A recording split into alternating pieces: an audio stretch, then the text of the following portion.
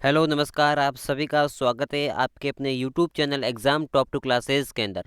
साथियों, जैसा कि आपने 8 अक्टूबर 2022 को बीएसटीसी का एग्ज़ाम दिया और उस बीएसटीसी के एग्ज़ाम का पेपर आपको साथ में नहीं दिया जाता है। ठीक है, आपको पेपर साथ में नहीं दिया जाता है, तो पेपर की आंसर की हम लेके आए हैं जीके की, जहां से किसी ने वो हमें टेलीग्राम ग्रुप पर भेजा, किसी ने द्वारा यानी स्मृति आधारित पर प्रश्न हमने तैयार किए हैं। तो जुड़े रहिए अंत तक, पूरी आपको आंसर बताया जाएगा। जो हमने एक वीडियो अपलोड तो किया है, लेकिन उसके अंदर कुछ प्रश्न बच गए थे। ठीक है, पूरे नहीं आए थे, इसके अंदर पूरे आए हैं साथियों। ठीक है, कुछ बचे हुए प्रश्न इसमें सम्मिलित किए गए हैं, तो जुड़े रहिए अंत तक। आपको सभी के आंसर बता दिए जाएंगे, साथ में व्याख्या भी बताई जाएगी कि आंसर में स है तो मतलब कह रहा है, प्रश्न क्या पूछ रहा है कि 1857 की क्रांति के समय राजस्थान में सैनिक छावनियाँ कितनी थी, तो 6 थी। तो कौन कौन सी सैनिक छावनियाँ थी, तो ये सभी आपको व्याख्या सहित आपको बता दिया जाएगा। तो जुड़े रहिए अंत तक और हमारे टेलीग्राम ग्रुप से जरूर जुड़े, ताकि जैसे ही पीडीएफ के रूप में आपको आंसर के उपलब्ध करवा देंगे, तो टेलीग्राम ग्रुप से आप जुड़ना ना भूलें। ठीक है, और वही रही बात, मैं आशा करता हूँ आप सभी का पेपर बहुत ही बढ़िया तरीके से गया होगा और बहुत ही आपने शानदार तरीके वाली तैयारी के साथ पेपर दिया है, तो सिलेक्शन तो पक्का है, इसमें कोई बड़ी बात नहीं है। और आप मुझे कमेंट करके अंत में ज़रूर बताना कि आपके कितने सही हो रहे हैं, आपके कितने आप 600 के अंदर में से आ रहा है, आपका कितने नंबर आ रहे हैं, टोटल कितने आपके मार्क्स बन रहे हैं, तो सभी कमेंट करके बताएंगे। ठीक है, और जीके के अंदर इस क्लास के अंदर आपके कितने सही हो रहे हैं, ये भी कमेंट करके ज़रूर बताना। ठीक है, अब देखिए, एक बार चैनल को सभी सब्सक्राइब कर दे, ताकि जो भी बीएसटीसी की नोटिफिकेशन आएगी, जो भी वेबसाइट के द्वारा जारी किया जाएगा ऑफिशियल नोटिफिकेशन, चाहे आंसर की को या अन्य सूचना हो, आपको आपके तक पहुंचा दी जाएगी इस क्लास के द्वारा, एग्ज़ाम टॉप टू क्लास के द्वारा। ठीक है, अब शुरुआत करते हैं। कौन कौन से प्रश्न थे, स्मृति आधारित थे, तो देखना तो पड़ेगा क्योंकि साथ में पेपर नहीं दिया जाता है। अब देखिए क्या प्रश्न बन रहा है कि 1857 की क्रांति के समय राजस्थान में कितनी सैनिक छावनियाँ थी, तो साथियों 6 सैनिक छावनियाँ थी। कौन कौन सी थी? नसीराबाद, नीमच, देवली, ब्यावर, एरिनपुरा या फिर और खेरवाड़। ठीक है, तो ये सैनिक छावनियाँ थी। आपने से यदि लिखा है तो आपका आंसर सही हो जाएगा। ठीक है, अब देखते हैं अगला प्रश्न। न्यायमूर्ति बिंदुलाल भट्टाचार्य कब गठित हुआ था, तो 1919 के अंदर क्या हुआ था, न्यायमूर्ति बिंदुलाल भट्टाचार्य गठित हुआ था।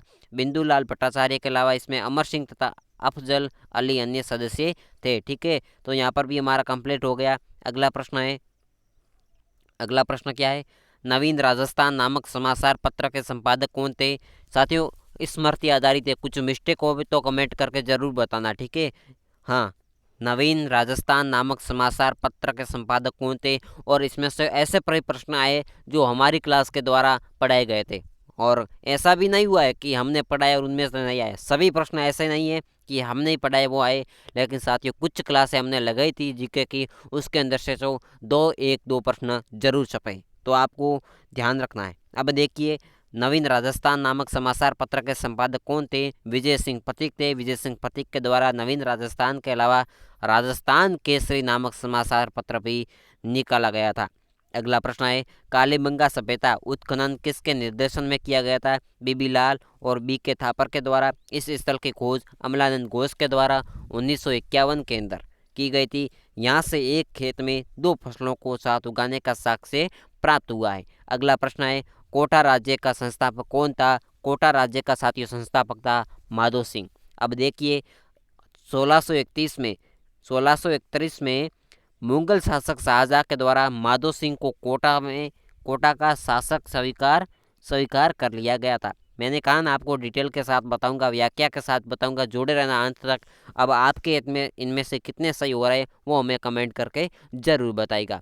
ठीक है, अगला क्या है, अहचत्रपुर का वर्तमान नाम क्या है? नागौर। साथियों, जब क्या एक दो दिन के अंदर पूरा पेपर, यानी पूरा पेपर क्या, रीजनिंग का हो तो, और शिक्षण अभिरुचि कहो तो, जीके की कहो तो, हिंदी व्याकरण की कहो तो, यानी संपूर्ण पेपर आपके सामने वीडियो क्लास के रूप में प्रस्तुत किए जाएंगे और पीडीएफ फाइल के रूप में भी प्रस्तुत कर दिया जाएगा। तो बने रहिए और चैनल को सब्सक्राइब कर दीजिए, ताकि आपको पूरा पेपर आसानी से मिल सके। ठीक है, हाँ, आप अपनी आंसर की के रूप में अपना पेपर को चेक कर सके कि हमारे कितने बन रहे हैं। अब देखिए क्या प्रश्न था? हाँ, अहिचित्रपुर का वर्तमान नाम क्या है? नागौर है। बिजोलिया अभिलेख के अनुसार चौहान वंश के शासक वासुदेव के द्वारा शपथ लक्ष्य में इस वंश की स्थापना की गई थी तथा अहिचित्रपुर को अपनी राजधानी बनाया। वर्तमान में ये नागौर क्षेत्र कहलाता है। ठीक है।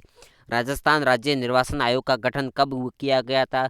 तो संविधान के अनुच्छेद 243 के तहत जुलाई 1993 में राज्य निर्वाचन आयोग का गठन किया गया तथा अमर सिंह राठौड़ का पहला राज्य निर्वाचन आयुक्त बनाया गया था।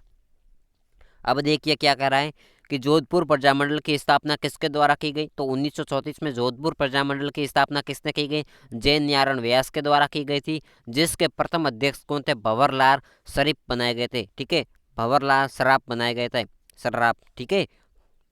अगला प्रश्न है, पुनवाड़ा सत्याग्रह आंदोलन का संबंध किस रियासत से था? सभी बताएंगे। आपने इनमें से कौन सा सही किया? तो क्या डूंगरपुर यहाँ पर सही हो जाता?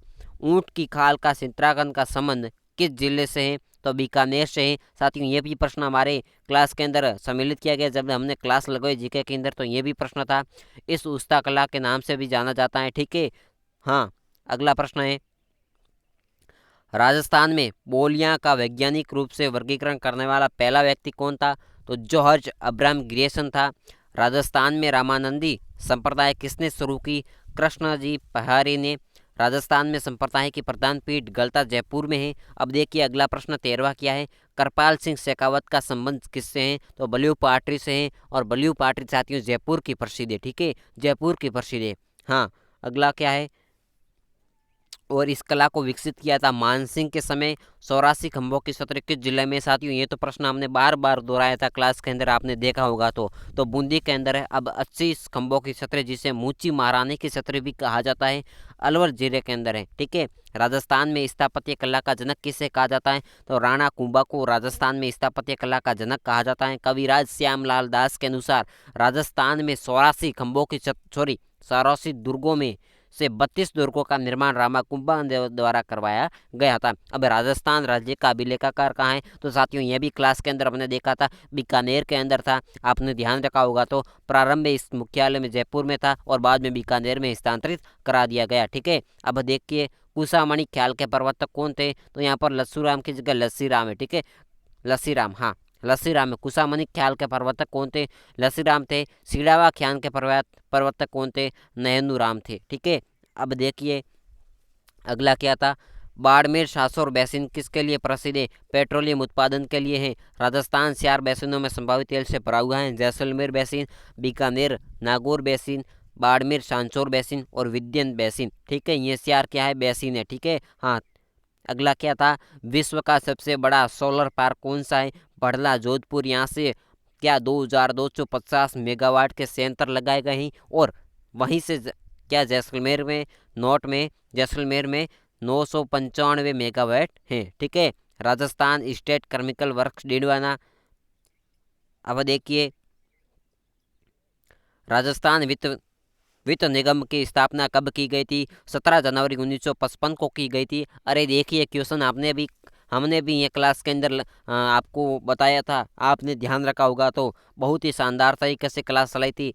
अब देखिए अब जो भी हुआ वो अच्छा हुआ। अब ये मत सोचना कि वो किया होता तो अच्छा होता, वो किया होता अच्छा होता, थोड़ा पढ़ लिया होता तो अच्छा होता। अरे बढ़िया है, अभी भी बढ़िया है। जो भी आपने पढ़ा नहीं पढ़ा तैयारी के साथ गए, बहुत बढ़िया। अब भी आपका रिजल्ट शानदार आएगा, ये मैं आशा करता हूँ आपके लिए। अब देखिए राज सिको की स्थापना 1961 तथा रिको की स्थापना 1980 में हुई थी। ठीक है। एशिया का सबसे बड़ा कृषि फोरम कहाँ है? सूरतगढ़ के अंदर है। सूरतगढ़ के अंदर है। ठीक है, सूरतगढ़।